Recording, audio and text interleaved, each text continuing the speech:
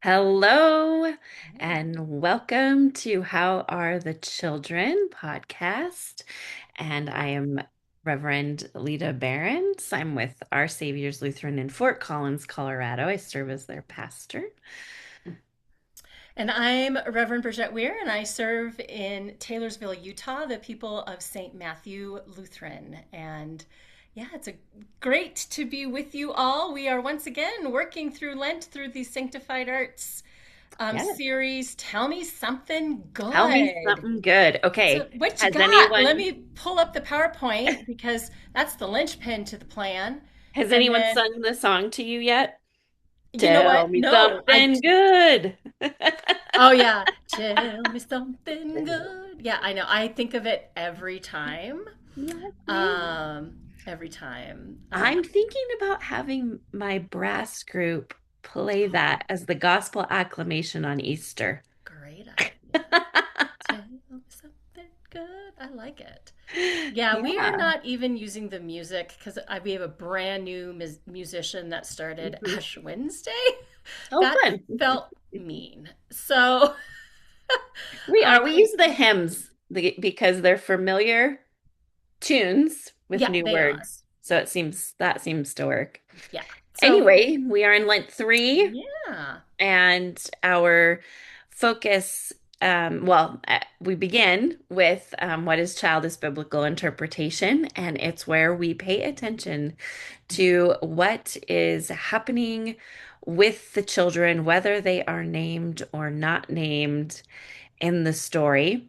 And what this does is it just helps us see what some of the vulnerabilities might be, some focus areas, and to even bring in feminist, womanist, archaeological, historical, all those kinds of narratives, but remembering where the kids were during that time. So we'll explore some of those things. And our main text is Mark 6. And Pastor Bridgette, would you like to read it? Sure, it's a Okay. feeding story. It's a feeding frenzy. So, Mark 6:32 through 44. And they, the disciples with Jesus, went away in a boat to a deserted place by themselves. Now, many saw them going and recognized them, and they hurried there on foot from all the towns and arrived ahead of them. As Jesus went ashore, he saw a great crowd, and he had compassion for them because they were like sheep without a shepherd, and he began to teach them many things. When it grew late, his disciples came to him and said, "This is a deserted place, and the hour is now very late. Send them away so that they may go into the surrounding country and villages and buy something for themselves to eat." But he answered them, "You give them something to eat." The disciples said to him, "Are we to go and buy 200 denarii worth of bread and give it to them to eat?"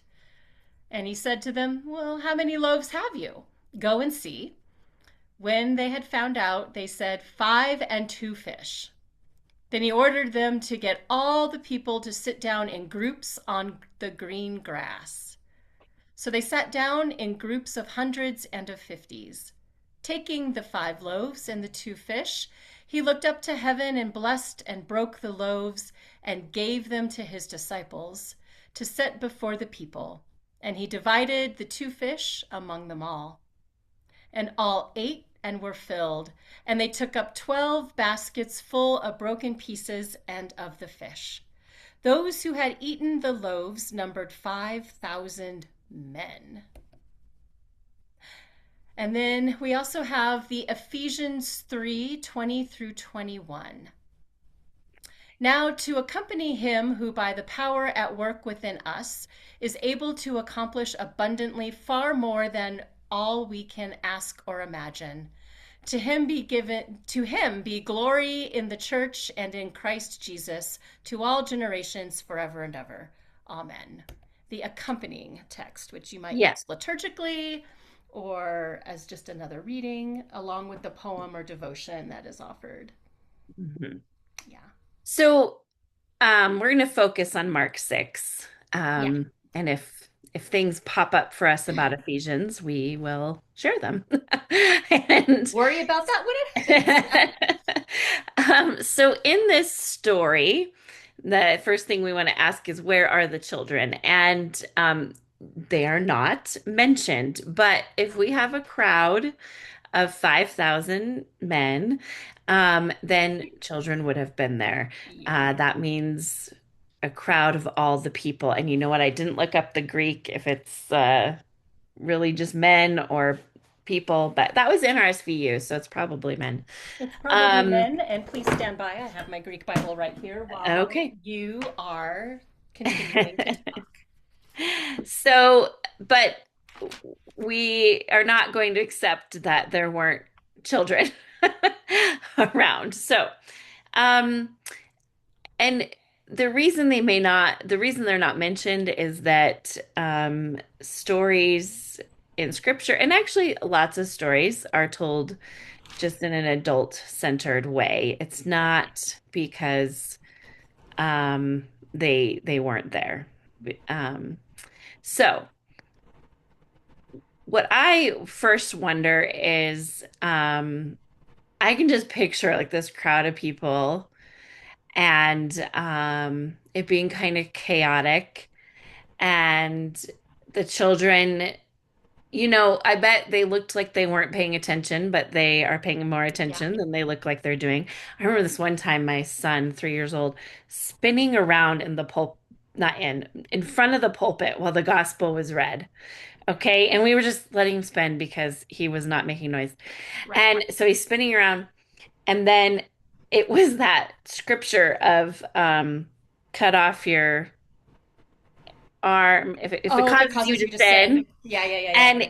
And this pastor that he loves starts saying this and he stops and he Oh, looks at me like, what is happening here?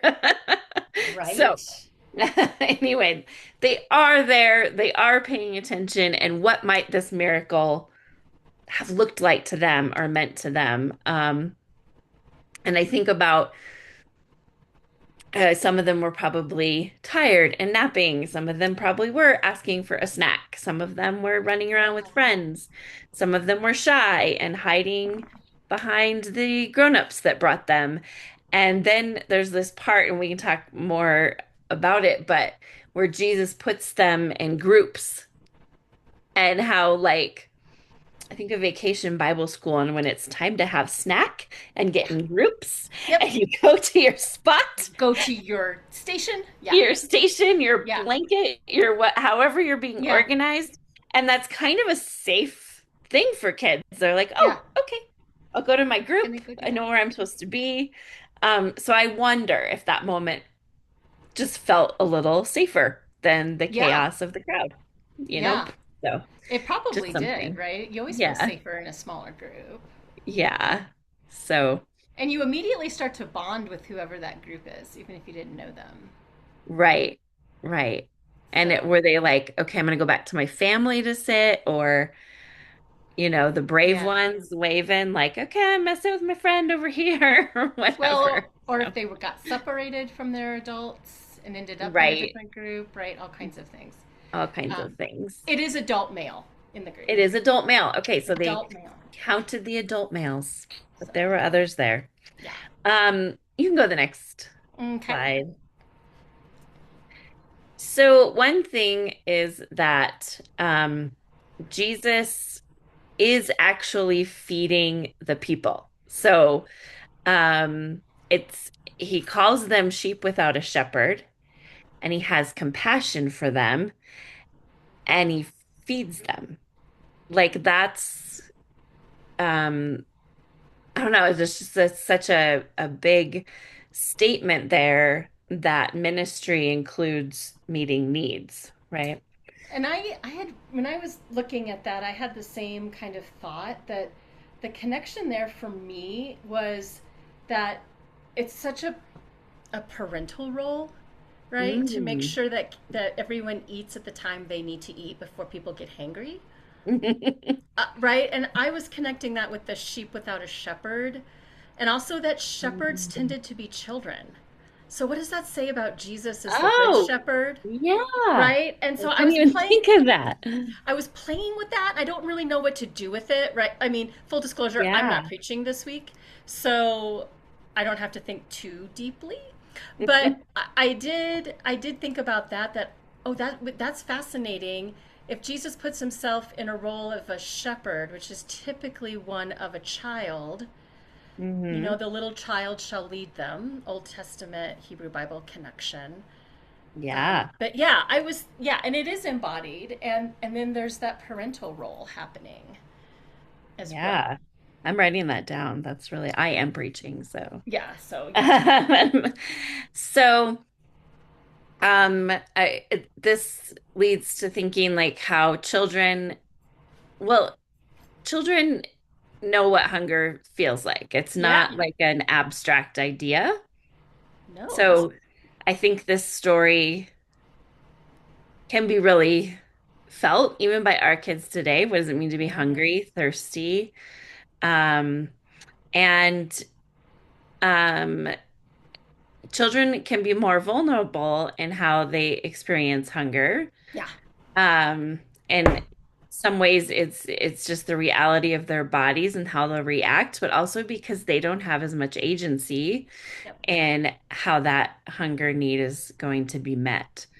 Um, so I think this just affirms that physical needs matter, right? yeah, They matter to God. And uh food is survival, it is safety, it is trust. I mean, we know these are things we know, but the challenge is to think about them in this kind of theological, spiritual way. Um, and then the disciples, they're all on board with solving the being hungry problem. well, they They're thought like, they yeah, had a solution, right? yeah, In a way. yeah, go get food. Which, Yeah, to be fair, I, right, I'm not the best at, I'm not like great at cooking or figuring out how to feed people yeah, logistically. yeah, Um, it's and hard. so I'm like, I don't know, I might have been one that was been like, well, they can go find some Yeah, food. And Jesus promptly says, no, this is your responsibility. You give them something to eat. That's why we are here. And I think from a childist reading, this is about putting the burden on the people who have the power, putting the impetus is on the disciples and then mm-hmm, on the adults mm-hmm, to take responsibility to care for one another. mm, And it becomes kind of this shared responsibility. Jesus isn't just like, well, I'm going to feed them. He's like, you feed them. What do you start with? What do you have? Yeah. right. And I connected that with there is some scholarship that says that the disciples would have been quite a bit younger than Jesus, maybe teenagers. Oh, We oh, know interesting. some were younger or older. Like Peter, we know was, well, we don't know, but we Yeah. can assume from, I think, even in Mark, he's married because he has a mother in law. But people would have been married quite young. So, and they Yeah. lived in multi generational homes. So it is possible for sure there was maybe not a prefrontal cortex. Maybe we can say that. Okay. And this felt to me again like more teaching from Jesus, connecting we start to give our kids more responsibility and Mm, more encouragement. Like, okay, I know you can figure this out in a different way, yeah. particularly as teenagers, because they'll go for low hanging fruit. A 15 or 16, 17-year-old will every time. What's the Hmm. easiest, right? Do I get a job or just keep asking mom for money? Right. Right? And Jesus is like, oh my goodness, you can do this. Yeah. And I kind of Yeah. connected it that way that adults, parents, a parental figure will intervene when necessary. And sometimes they hang out and just encourage and say, no, you can figure this out Yeah. as a way of teaching. So I was thinking Submarine about, parenting at its best. yeah, right? Yeah, Um, Jesus periscoped up, looked at us. yep. But All and right. then yeah, it didn't feel the need to surface totally, No, right? totally. Does a little bit here at the end, but that Yeah. that was the other thing I was thinking of. I kind of, as you can tell, my brain went a different down a little Yeah, different. that's awesome. That's But awesome. Um, yeah, so one of the questions we can ask as a challenge to people, if it, is who is responsible for children's hunger, right? right? Who is that? And I think it's all of us are Right? responsible. I mean, Jesus sort of says that. It's right. This isn't Yeah, only my problem. Like, I get it. Like, right. I get you understand what I can do about this, but do you know your own power? Yeah, this is a community A issue. community issue. And I was thinking of that in relationship to um like SNAP, the SNAP Yeah. benefits that have been cut. Hmm. Um and Medicaid, CHIP, all Hmm. free, no free school lunch in places, Hmm. or summer lunch, and climate crisis, right? Who is most vulnerable from climate crisis tend to be are really young and are really old, right? And here in the Salt Lake Valley where I live, we get terrible air quality, and a lot of it has to do with the dust off the receding Great Salt Lake. Hmm. We get arsenic in our wind and in our air. We get a lot of other heavy metals. And there are days where children in Salt Lake Valley are not allowed to play outside. Wow, I did not know that. Yeah. So, like at school or at childcare, red air days where they're like, nope, you can't have your kids outside because of the Wow. impact. And so I think, right, that kind of goes along with your line of thinking is Hmm. we're responsible. And one of the ways we address it in this country or don't is through policy Right. or lack thereof. Yeah. Hmm. Yeah, So, that's a yeah. whole big tangent. I mean, you can just Yeah, go there. you could totally go. Yeah, I mean, like, where are we working? Wherever you live, red state, blue state, purple state, red Yeah. congregation, blue congregation, like, what are responses to this then? You give them something to eat, Jesus says. Yeah. And Where's the SNAP? And we're not talking food mhm, pantries stopgap, right? Like, what's the root cause and how do we get at root cause? mhm, mhm. Yeah. Yeah. So another element that goes along with that in this story is scarcity and abundance. Um, and the 5 loaves and 2 fish are meant not to sound like enough Yeah, to feed for sure. 5,000. That's why the numbers are here. That's why, Yeah. we've got all these numbers laid out for us. And um the Jesus organizes the people, blesses the food, and everyone has enough. Yep. So in God's economy or God's kingdom or what, it's abundant, Yeah. right? Yeah, And there yeah. is enough, even when the adults in us are on scarcity. And I think that's a really interesting to think about from a child's perspective. Um, when they feel that things are scarce or abundant and who's controlling that. Um, You can talk about generational trauma with that too, right? Like, mhm, where are the children in our societal economy? Where are the children mhm, in God's economy? And I think about, we make fun of our Depression era grandparents who, were like, oh, don't throw away that piece of tinfoil. We can wash it and reuse it. mhm, I mean, because they grew up without enough, right? And so you can look at what do we want for this generation? Yes. What do we want for the next generation and the generation after them? mhm, Around these economic basic day-to-day experiences. I was thinking of that too. Hmm. Around, I had a whole thing on God's economy as well, and it got me thinking, where are our children in Yeah. our economy? Right? They're starting to lower work ages.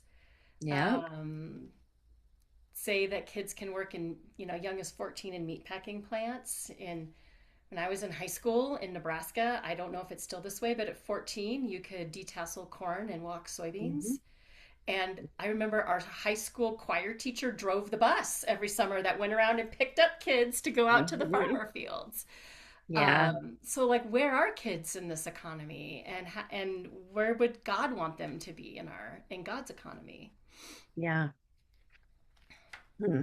Well, those are some big questions. Yeah, they are. Yeah, I don't have any answers, but I do. I've been thinking about that, right? And then Hmm. because you do have large scale and small scale economies, right? So Jesus took the large and pared it down to small scale economies of 50 Hmm. and 100. Yes. So you can Yeah. also look at it that way, right? But Right. how do you eat an elephant? Jesus, yeah, Yeah, grouped them yeah. to get the food around. Yeah. Um, I've never thought about Jesus' organizational and administrative skills that much, but I mean, it appears they were there. yeah. I, Um, he was and this fully divine and fully human. fully divine, fully So, human. So, um, I think around this, how are children experiencing, how do they experience abundance and sharing and um that there can be plenty and more yeah, for everyone. yeah, It kind of goes back to some of those, basic rules of kindergarten and yep, yep. learning to share, learning to take turns, learning to be part of a community, um, and that what that can mean for further growth and care. So, um, I also thought that it does say he had them sit on the green grass, which is really interesting detail. Well, it's in a desert. I know. So I'm like, I don't understand where they were. I don't either. I got like, did they bring AstroTurf and and then Um, but it's kind of evoking that it became restful, it became calm, it became, kind of that Psalm 23, leading me by beside still waters, which also is part of that shepherd sheep type of yep. image. So, Is that the um, psalm your congregation's using this week? no, we're using Psalm 95 Okay. I because was we're just curious. doing the assigned psalm. Okay. Well, maybe I'll switch it Yeah, because at that would that be a time. lovely pairing It with this really story. would. I Yeah. might switch that. I was wondering what psalm you were using. Um,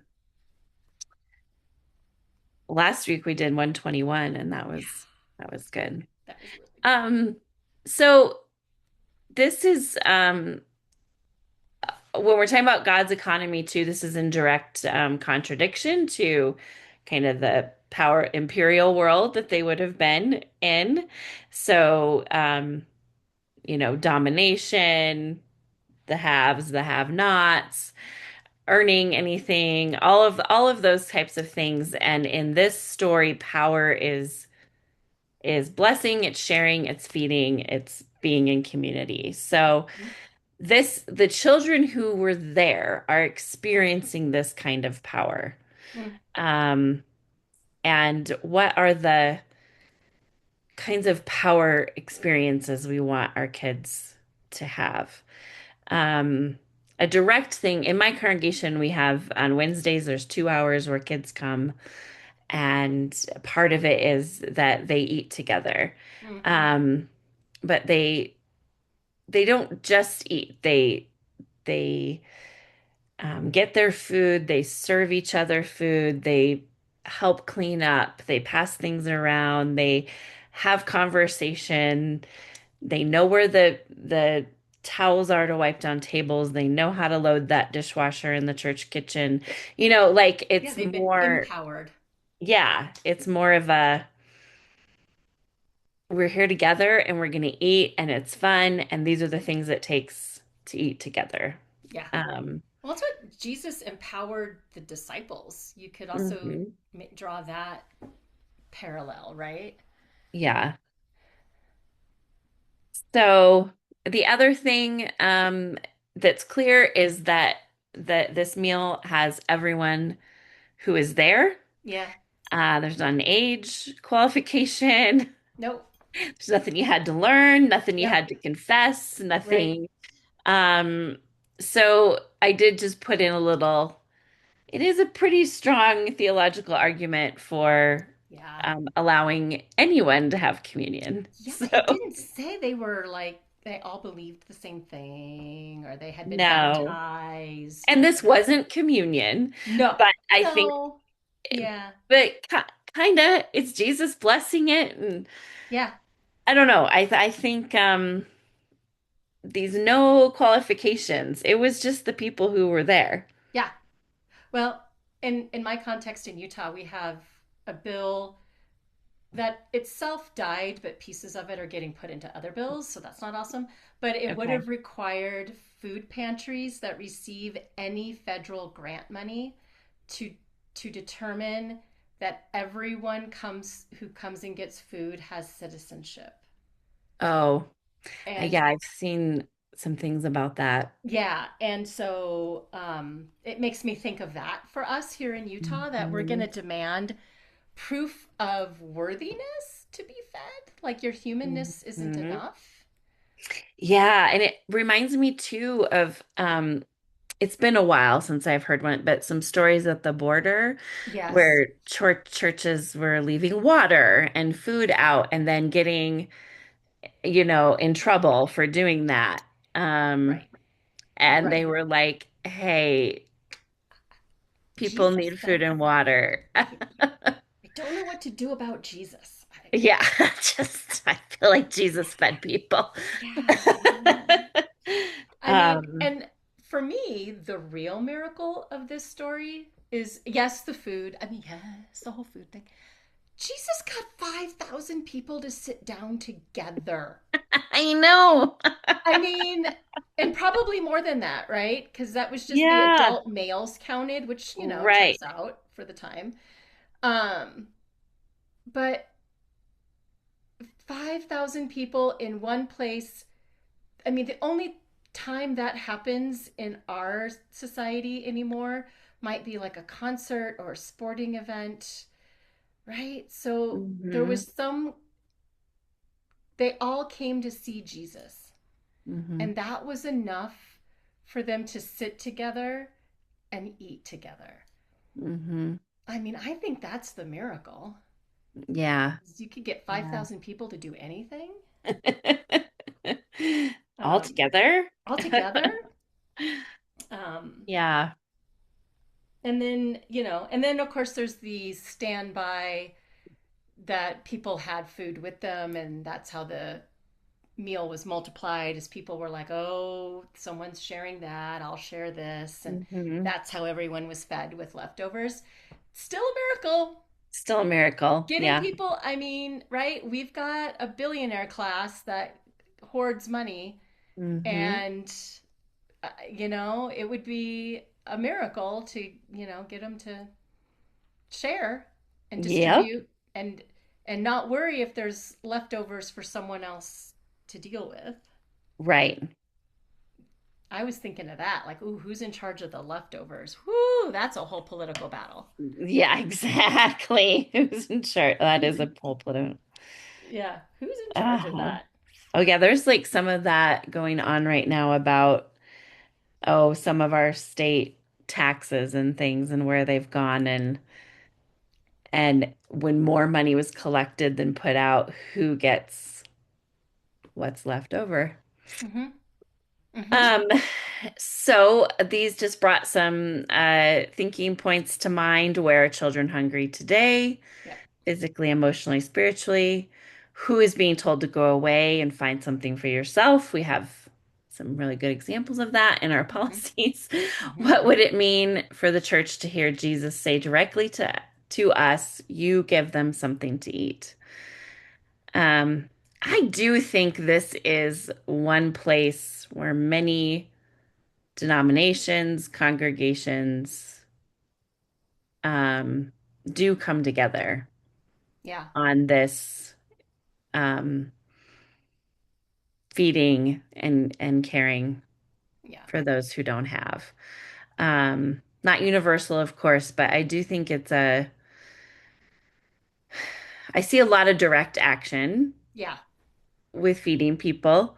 And I think, Bread for the World is a wonderful organization and Great. advocacy. Yeah. Great org. ELCA World Hunger. I'm sure, Yep. and I know there's others. Those are the two that I know the best. Yep. Your local, I mean, like our congregation Mhm. has a free little pantry Yeah, we where we do feed people too. 24. I mean, that's our main ministry. We're a really small congregation, Hmm. about 45, 50 in worship on a Sunday. And that's our main ministry is feeding Hmm. people. And yeah, it's really powerful. Yeah. It feels very concrete, I think. Yes. Yes. It is. It's concrete Yeah. and it's relational. Yeah. Like, I mean, even yeah. even when you don't see, our pantry is inside the doors right now because we haven't had anyone build one for Sure. outside. Sure. But it's kind of fun because then we meet and talk to the people who come. Yeah. But even if you're not, and you know the pantry was full and now it's empty, Hmm. that's a very relational feeling. Yeah, and We fed someone. we made Yeah. the inside doors of our pantry cork to be a Uh-huh. bulletin board, so like a community center where people Nice. can put I need or I'm offering or right, or sometimes they leave us notes. That's And so we cool. hang notes all over the wall right inside the church so that you can see all the notes from the people Oh, that's um, so cool. I that use love our that. pantry. Yeah, and so it's really lovely. So it is Hmm. highly relational, even if we never meet face to face. Um, Yeah, we have those pieces, and it's really lovely. that is Um, lovely. yeah. So, The other, um, yeah. yeah, Oh, go do you have? ahead. No, go ahead. Do you have another? No, I was gonna like move into favorite thing, I but just one other piece that I was thinking about with this story is it would be really easy to have children retell it oh, because especially with with the numerology in it, like they could hang on to it. And I was reading that um, the numbers are not necessarily about facts, but about symbolism and a way to tell the story easily to yeah, remember the story. So like you've got 5,000 five loaves of fish 5,000, that's the five books of the Torah, right? right. The two fish, love God, love neighbor. Hmm. um so, just some easy quote unquote hooks to tell the Yeah, story. And it would be interesting to see what the kids hooked onto yeah, about telling the story around being fed, and yeah. getting people to sit down. Hmm. And how would you organize it and what's enough? But I was thinking about that. That many of these Bible stories were told in a way to make them very easily um, transmittable to Hmm. other folks. And I thought, even I bet kids passed stories along. Well, yeah, it seems like perhaps this was one then that would have been um told in intergenerational setting, that Absolutely. children would have really known. Yeah. So I was thinking about that too, the storytelling element, Hmm. particularly around this. I mean, yeah, many of the stories, but these in particular that just are sort of inherently intergenerational and inherently almost every human at every stage of life has some sort of pathway into the story, right? Around Hmm. hunger, right? There's a theme you can pull. Yeah. So I was thinking about that with kids too. Yeah. So, but yeah, favorite things. I do. Yeah. I'm gonna just Do kind of. you have a We favorite just hope our thing? response is that they are loved and well. Like Yes. and subscribe, and all the things. But my favorite thing, and maybe I'm hoping all of you out there have heard of the singing resistance. You probably saw the Instagram videos out of Minnesota the last several couple of months, where they practiced at a large synagogue and sang in the streets, and sang in front of the hotel where the ICE folks were staying, like at 2 in the morning.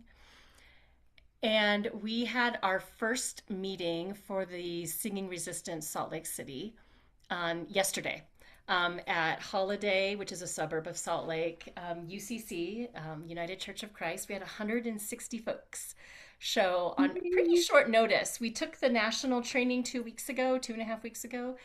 And within that amount of time, we're like, let's just do it. And we met to sing songs, sing resistance songs, to be together, to meet people. Of course, there were some people there that we all knew each other. There was a group, but then I met lots of other lovely people. Yeah, that's Um, amazing. it was totally amazing. And if you have not clicked in to a group in your state, I happen to know that there is a group in every state. May not Mhm. be in your part of the state. They're probably starting in the larger cities, is my guess, Yeah. like Yeah. Salt Lake. Um, but I highly recommend it. It is good for the soul. It is child friendly. I had a family from my congregation show up with their kids to sing. We had a couple Yay. other families there as well, because kids can sing and they're repeat after me songs generally. They're call and response, so they're really Mhm. easy to learn. So it's a great thing for families. Everybody loves to sing. And if you can't Okay. sing, make a joyful noise. So that is my new favorite thing that I want to encourage everyone to do. It has been balm for my soul, Yay. right? Yeah. We're not alone, Hmm. right? And B,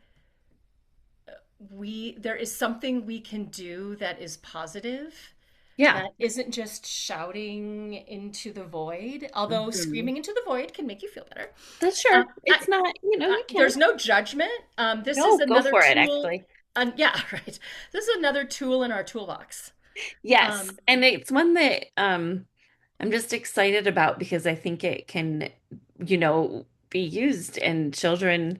yeah, It's just going to be like lifeblood, right? And yeah, for all kinds of different situations. And if you think about kids learning this when they're young and the things that they may have to face later in life, this will be very informative.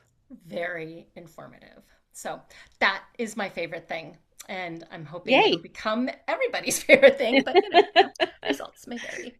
But yeah, so Okay. we are so glad you spent this little bit of time with us for Yeah. your sermon preparation. We hope it was meaningful and a blessing. And may you take that deep breath and go away to a deserted place when you need it. Hmm. Um, what we can all relate with, if those of us in full-time ministry or part-time ministry or any kind of ministry, is people will follow you when they need you. They will find you, but I'll find you.